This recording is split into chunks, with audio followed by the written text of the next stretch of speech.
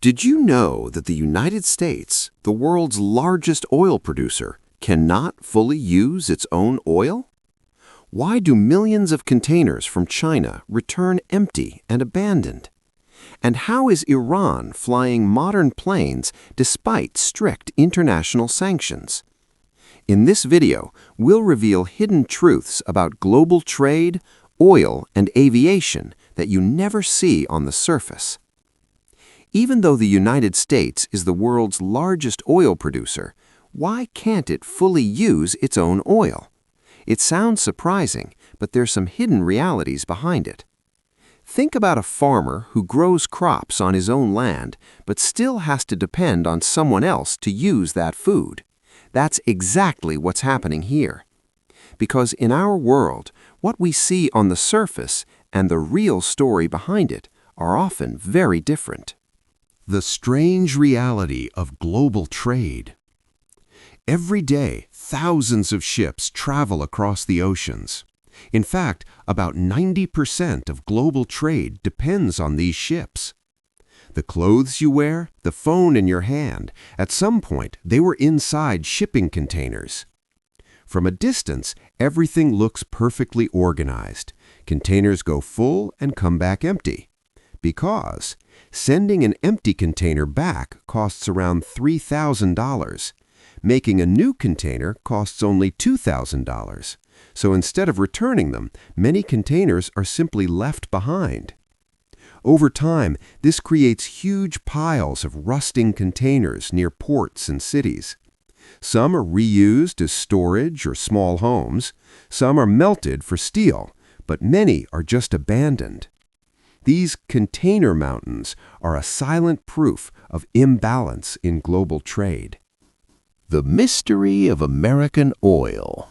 Now let's talk about oil. The U.S. produces a lot of oil, more than any other country. But there's a problem.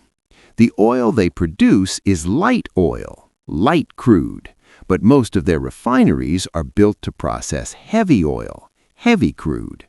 Because in the past, the U.S. imported heavy oil from countries like Mexico and Venezuela and built their systems based on that. Now, changing those refineries would cost over $200 billion, which is not easy or quick. So, what do? They sell their light oil to other countries and import heavy oil instead. There's also another issue: infrastructure. Oil is often found in places like Texas, but there are not enough pipelines to send it to all refineries across the country. For example, some regions depend heavily on imported fuel, even though the country has oil underground. So the oil exists, but it doesn't always reach where it's needed. Iran's secret aircraft story. Now comes a story that feels like a movie. Iran has been under strict international sanctions for years. This means they are not allowed to buy aircraft from the U.S. or its allies. But still, they're flying modern planes like Boeing 777. How? Here's what happened.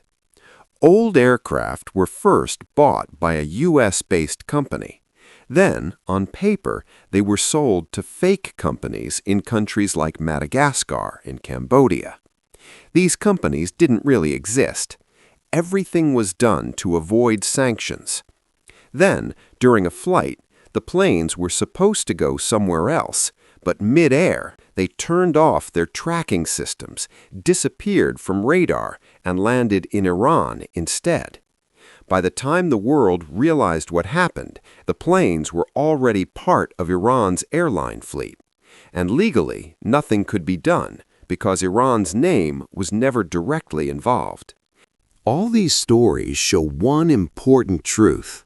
The global economy is not as simple as it looks. Behind every price change, shortage, or crisis, there is a complex system of trade, oil, politics, and strategy.